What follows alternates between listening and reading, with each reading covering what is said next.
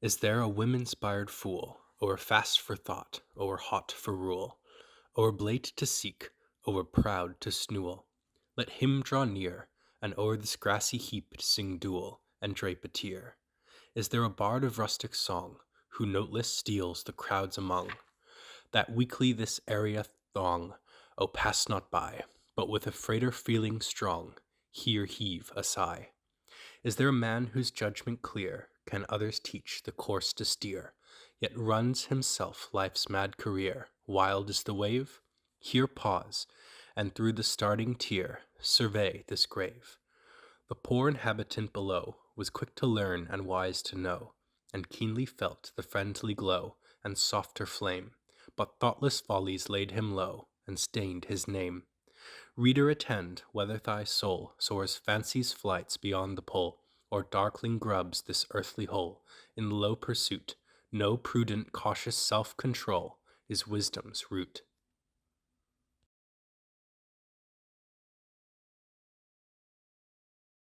Flow gently, sweet Afton, among thy green braes.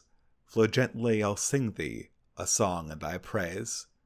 My Mary is asleep by thy murmuring stream. Flow gently, sweet Afton, disturb not her dream.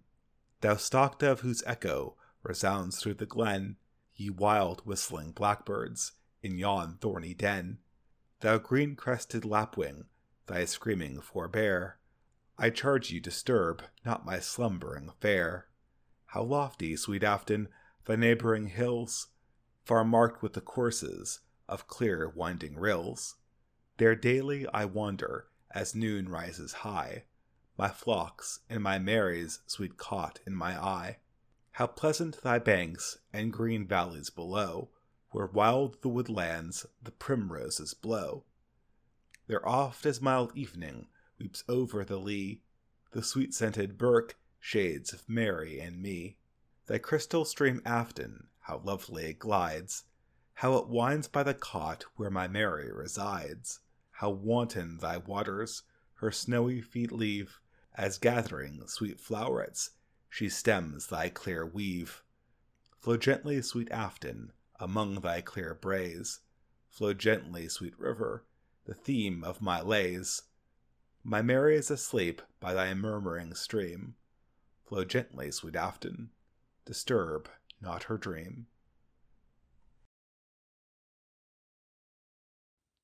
This wot ye all whom it concerns. I, Rhymer Robin, alias Burns, October 23rd, a ne'er to be forgotten day.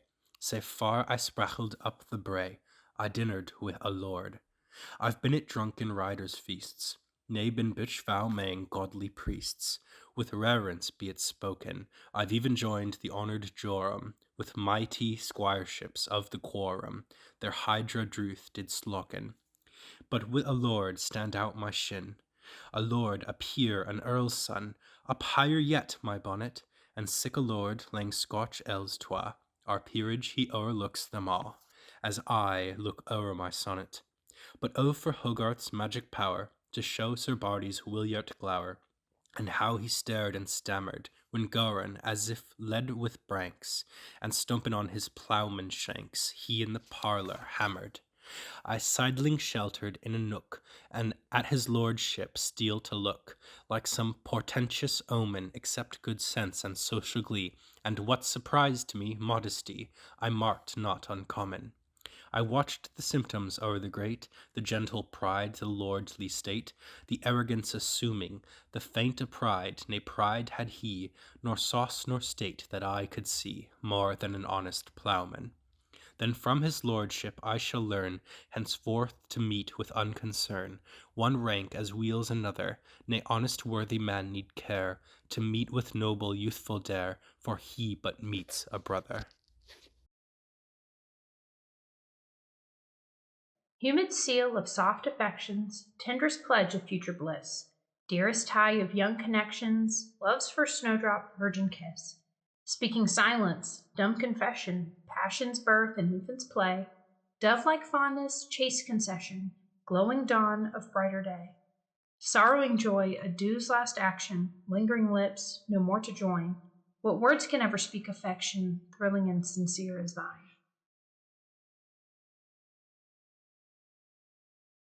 When chill November's surly blast made fields and forests bare, one evening as I wandered forth along the banks of Ayr, I spied a man whose aged step seemed weary worn with care. His face was furrowed o'er with years, and hoary was his hair. "Young stranger, whither wanderest thou?" began the reverend sage. "Dost thirst of wealth thy step constrain, or youthful pleasure's rage? Or haply pressed with cares and woes, too soon thou hast began to wander forth with me to mourn the miseries of man? The sun that overhangs yon moors, outspreading far and wide, where hundreds labor to support a haughty lordling's pride. I've seen yon weary winter sun twice 40 times return, and every time has added proofs that man was made to mourn. O man, while in thy early years, how prodigal of time, misspending all thy precious hours, thy glorious youthful prime. Alternate follies take the sway, licentious passions burn, which tenfold force give nature's law that man was made to mourn. Look not alone on youthful prime, or manhood's active might. Man then is useful to his kind, supported is his right.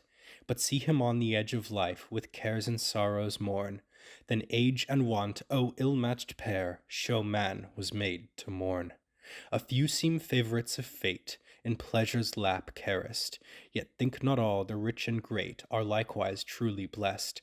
But oh, what crowds in airy land, all wretched and forlorn, through weary life this lesson learn, that man was made to mourn.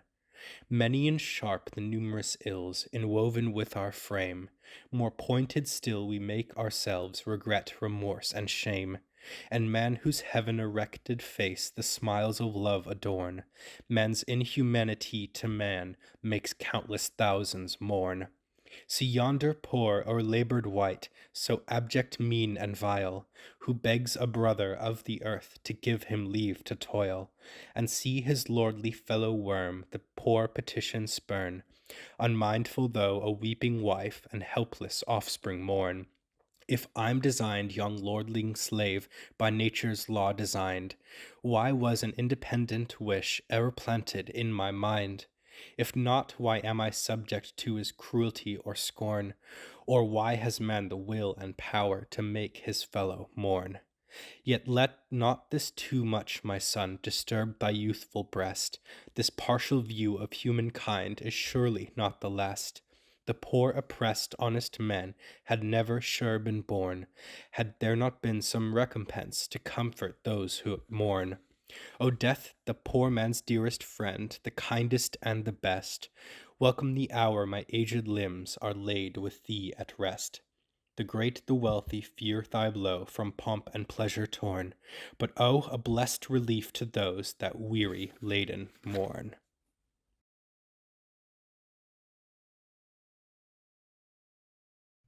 O thou, the first, the greatest friend of all the human race, whose strong right hand has ever been their stay and dwelling place. Before the mountains heaved their heads beneath thy forming hand, before this ponderous globe itself arose at thy command, that power which raised and still upholds this universal frame, from countless unbeginning time was ever still the same. Those mighty periods of years, which seem to us so vast, appear no more before thy sight than yesterday that's past. Thou giv'st the world, thy creature, man, is to existence brought. Again thou say'st, ye sons of men, return ye into naught. Thou layest them with all their cares in everlasting sleep. As with the flood thou takest them off with overwhelming sweep. They flourish like the morning flower in beauty's pride arrayed, but long ere night cut down its lies, all withered and decayed.